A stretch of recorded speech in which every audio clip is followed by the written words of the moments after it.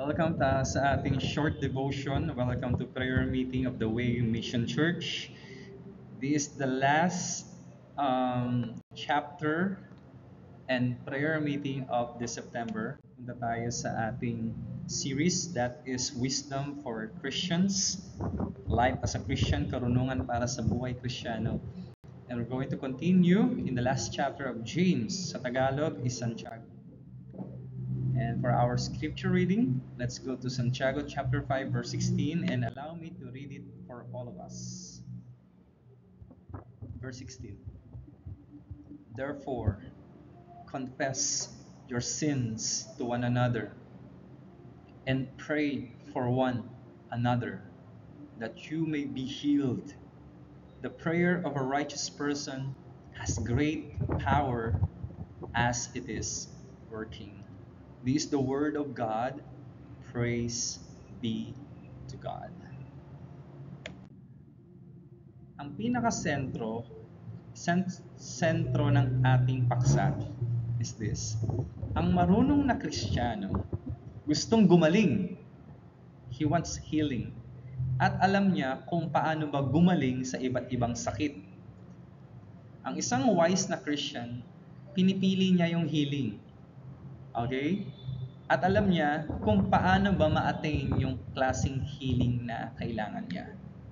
Punta tayo sa first point natin.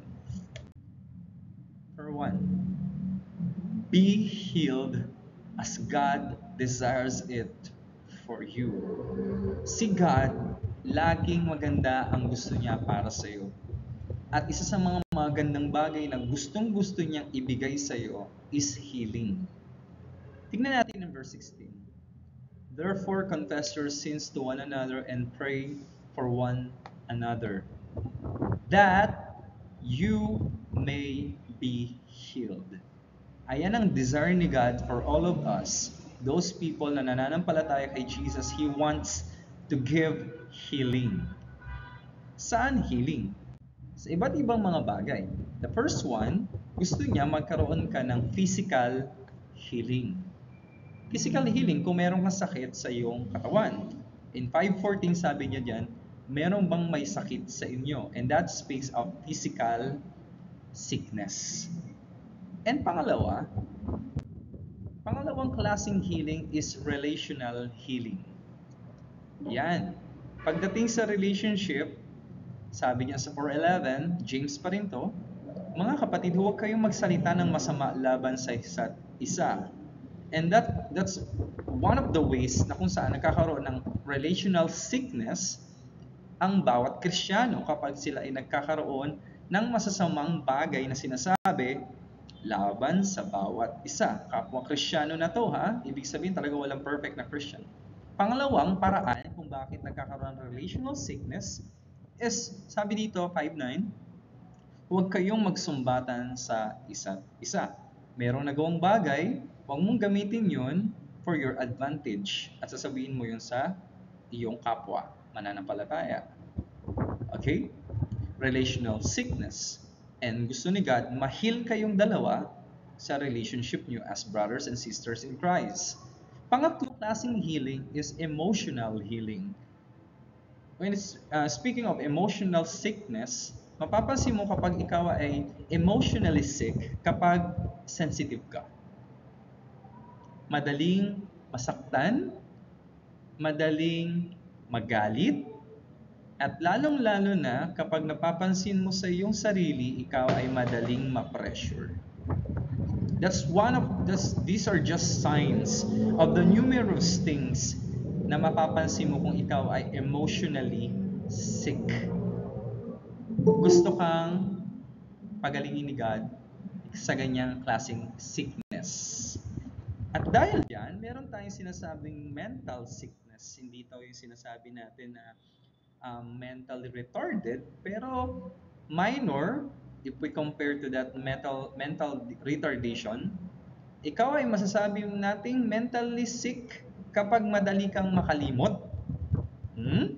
Kasi madali kang ma-distract at madali kang mawala sa focus. Lalong-lalo na, madami kang iniisip na hindi mo na susurrender or na ipagkakatiwala kay God, kaya naglalabo-labo na siya sa isip mo beyond your capacity. Mentally sick. And kapag ikaw ay mentally sick, syempre maapektuhan din, lalong-lalo na, ang iyong spiritual life kay God. And we can say that you are spiritually sick. Broken fellowship kay God. Pag sinabing broken fellowship kay God, nawawala na sa life mo yung prayerfulness. Hindi ka na nakipag-usap kay God. And masaklap, you feel okay. And yung medyo masakit. And hindi ka na rin nakakahawak ng Bible. And most of the reason is because of busyness, ganyan-ganyan. Pero there's no such thing as busyness.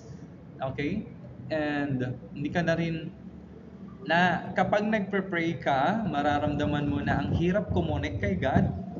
Mararamdaman mo kapag mahirap kumonek kay God kasi kapag nagsasalita ka, parang nagsasalita ka lang sa hangin, parang walang nakakarinig sa'yo.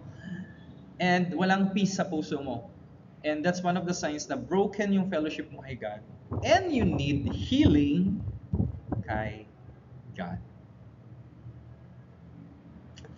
Ang maganda dito, sinasabi ng James chapter 5 verse 16, gusto talaga ni God mag-heal ka. Gusto talaga ni God mag-heal ka. So, ang tanong ko sa'yo, among the 5 things, ano kaya yung healing na kailangan mo? Is it physical healing? Is it relational healing? How about mental, emotional, and syempre, the core is the spiritual healing. Ibibigay ni God sa yan. Meron siyang dalawang paraan para mag-heal ka. And let's go to the second point. Be healed as you fix relational issues. Be healed as you fix relational issues. Tingnan natin sinasabi in verse 16. Therefore, confess your sins to one another and pray for one another that you may be healed. What are the 2 ways na makikita mo dito para ikaw at ako and all of us here mag-heal? Makuha natin yung healing na sinasabi ni God. What are the 2 ways? The first one is confess your sins to one another.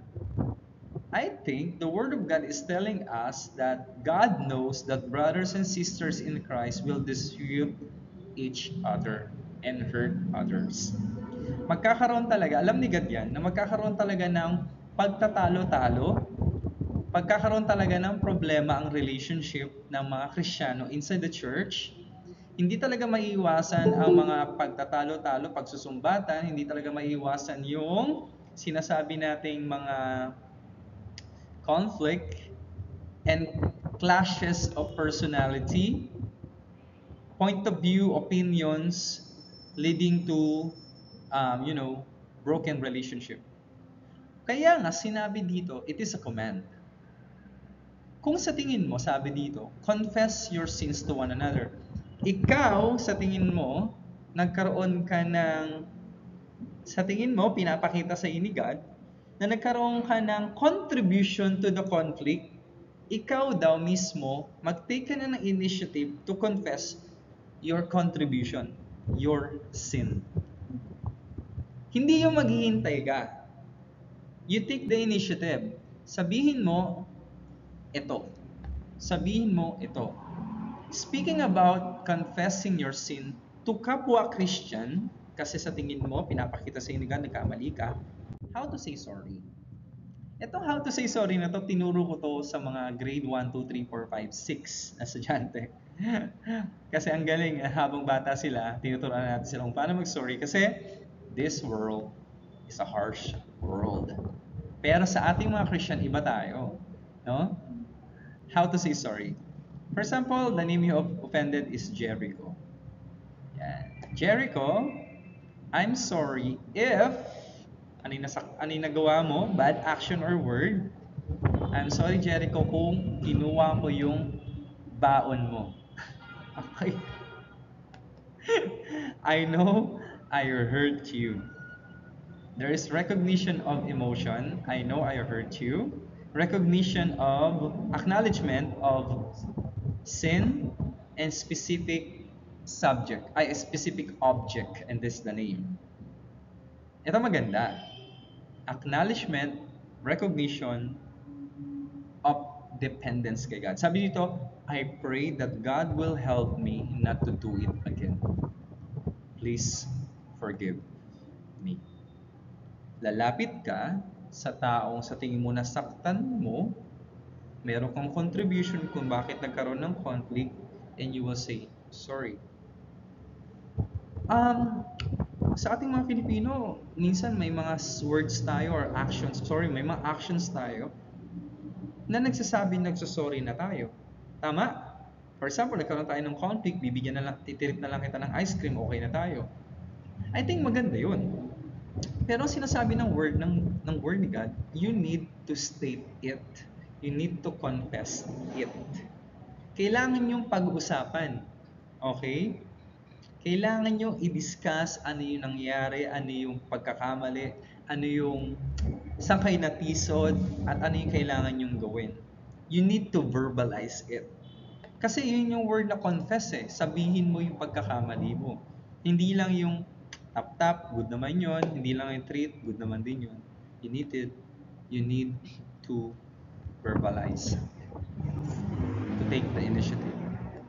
I think one thing, yung the grit and the meat. Yung grit, ibig sabihin, you need to be courageous and resolve. No? Kapag nalaman mo, pinakita na sa ni God, the moment na pinakita sa ni God, yung pagkakamali mo is an invitation para mag-take ka ng initiative to go to that person. Kailangan mong maging courageous. Kailangan mong maging kailangan walang makakapigil sa'yo kasi i-obey mo si God eh. Kailangan mong i-meet yung person na na-offend mo. Alam mo ba, hinihintay ka lang ng tao na na-offend mo. Kaya, this is the Word of God, and I think this is the challenge for you and me para i-obey natin si God at magkaroon ka ng personal healing. Kasi hindi lang to about the relationship, it is your personal healing. Mamaya, ipag-pray mo, bigyan ka ni God ng courage na i-chat siya at mag-set kayo ng meeting para mapag-usapan kung anong nangyari. Sabihin mo sa taong yun, pwede ba tayo mag-meet? Pwede ba akong bumisita sa bahay mo para mapag-usapan natin yung nangyari last time? Kapag nag-yes siya, praise God. Kapag nag-no siya, praise God pa rin. Alam mo kung bakit? Yung personal obedience mo kay God, okay. Pero siya siguro, meron pang dinidil si God sa puso niya, kaya hindi pa siya prepared. Pero, we believe God is still at work, kaya hindi pa kayo makapag-usap. With that, na sinabi mo pwede pa tayo mag-usap, nag-i-start na yung personal healing mo, whether it is a physical, emotional, mental, spiritual, and relational. On your part. That's the beauty of obeying God. When you obey God, you will heal. But when you disobey God, patuloy na maghihirap yung ating puso at katawan. Pangalawang bagay, you pray for one another. You want to be healed? No? You pray for one another. Kasi, ayun po ay need at love natin sa bawat isa. Need yan eh. Need ko ipag-pray mo ako. Need mo na ipag-pray kita. Kapag pinag-pray mo ako, love mo ako. Kapag pinag-pray kita, mahal kita. Alam mo bakit? Kasi yung mga tao na nilalapit mo sa Diyos ay yung mga taong mahal mo. Tama? So ano ba yung nangyayari kapag pinag-pray natin ng bawat isa? Matutunan natin kung ano ba nangyayari sa buhay ng bawat isa. Tama? Ano ba yung struggles ng bawat isa? Okay? Kapag nag-share tayo ng mga struggles natin, mga prayer concerns natin, ibig sabihin, mahalaga ako sa iyo kapag share mo sa akin yung prayer concerns mo at mahalaga ka sa akin. Pero kung hindi natin sinashare mga struggles natin, mga prayer concerns natin, nagpapakita na hindi pa talaga ganun kalalim yung relationship natin sa bawat isa. And there's insecurity. Okay? Pangatlo, we are learning to love and be source of help. Kapag nalaman natin yung sitwasyon, struggle ng bawat isa, yes, baka ikaw gamitin ni God para sa akin, at ako naman gamitin ni God para sa iyo at sa iba. And last but not the least, ito maganda. Kapag nag-pray tayo sa bawat isa, we are getting closer to one another, we are growing beyond ordinary relationship. Beautiful. You and me, we are growing beyond ordinary surface facade relationship. At ayun yung design ni God para sa atin. Na kapag nag-confess ka ng kasalanan mo sa kapwa mo Kristyano at pinag-pray mo siya, ikaw yung nag-heal at mag-heal din siya. That's healing. Okay? Yung ibang tao gusto nilang healing pero ayaw nilang magpatawad. Yung ibang tao gusto nilang blessing pero ayaw nila i-bless yung ibang tao. Yung ibang tao gusto tanggap ng tanggap pero ayaw magbigay. So, mahirap yun. Hindi po darating ang healing sa ganung paraan. Pangatlo, be healed and have a powerful prayer. Be healed and have a powerful prayer. Tingnan nyo to. Therefore, confess your sins to one another and pray for one another, that you may be healed. The prayer of a righteous person has a great power as it is working. Sino po yung righteous person na tinutukoy dito? Yung righteous person na tinutukoy dito is yung tao na nag-confess ng kanyang kasalanan sa kapwa niya Kristyano. Ang righteous person na tinutukoy dito is yung Kristyano na nagpipray para sa kapwa niya Kristyano. That's the righteous person being mentioned here. At kapag nag-pray siya, ano yung prayer niya? It has a great power. Bakit? Yung buhay niya, hindi po sinasakal ng pride. Kasi kapag nag-confess ka ng kasalanan, nawawala yung pride mo. Tama? Yung prayer niya hindi nahihinder ng pride. Kaya mayroong power yung prayer niya. Kaya may power yung prayer niya kasi ang pinagpipray niya is not more on himself, but he is praying for other people. Balance lang. Not more on himself, but also for others. Kaya may great power. Kasi ang concern niya, hindi niya na sarili niya. Ang concern niya para sa iba. Kaya merong power. You see, kapag nag-heal ka, naapektuhan din ng maganda yung prayer life mo. Ang tanong ko sa iyo, si Elijah is a righteous person. Nag-pray siya, Lord, wag umulan, at hindi umulan ng 3 years and 6 months. Imagine that, napakatagal. Nag-usap kami kanina, no? Anong magiging epekto pag walang ulan ng 3 taon? Kasi per year yung cycle natin. Tama? 1 year pa lang na pag hindi umulan, anong nangyayari? Tuyot tayo. Second year, hindi na natin alam kung paano pag walang tubig, walang ulan, matutuyo yung dam. Third year, anong mangyayari? Ako po, ang dami ng patay, sigurado. And lagdagan mo pa ng 6 months. Ako po. Pero after 3 years and 6 months, nagpray ulit si Elijah, one of the prophets of God in the Old Testament, nagpagkaroon ng ulan. Ayun yung effect ng righteous prayer ng isang Kristiyano. Tanong ko sa iyo, gusto mo magkaroon ng powerful prayer? Try to think of this. Marami ka bang prayer na tila ba hindi sinasagot ni God? Listen, marami ka bang prayer or may mga prayer ka ba na tila hindi sinasagot ni God? Yung prayer mo naman para sa iyo and also para sa kapwa mo, pero parang hindi sinasagot ni God. There's no power in your prayer. Hindi mo na-witness na sinasagot ni God yung prayer mo. Bakit? Alam niyo po kung bakit? Baka hindi mo kino-confess yung kasalanan mo sa kapwa mo Kristiyano. Bakit? Hindi sinasagot ni God yung prayer ko? Baka hindi mo pinagpipray yung ibang Christian na nag-i-struggle. Kaya yung prayer mo ay hindi sinasagot ni God. Anong maapektuhan kapag hindi tayo nagko-confess ng kasalanan? Yung ating personal healing. Anong mangyayari kapag hindi tayo nagpe-pray sa bawat isa? Hindi ka gagaling personally. Pero kapag nagpe-pray tayo, nagko-confess tayo ng ating kasalanan sa kapwa nating Kristiyano, open natin, there is healing. Kaya ano pang hinihintay mo?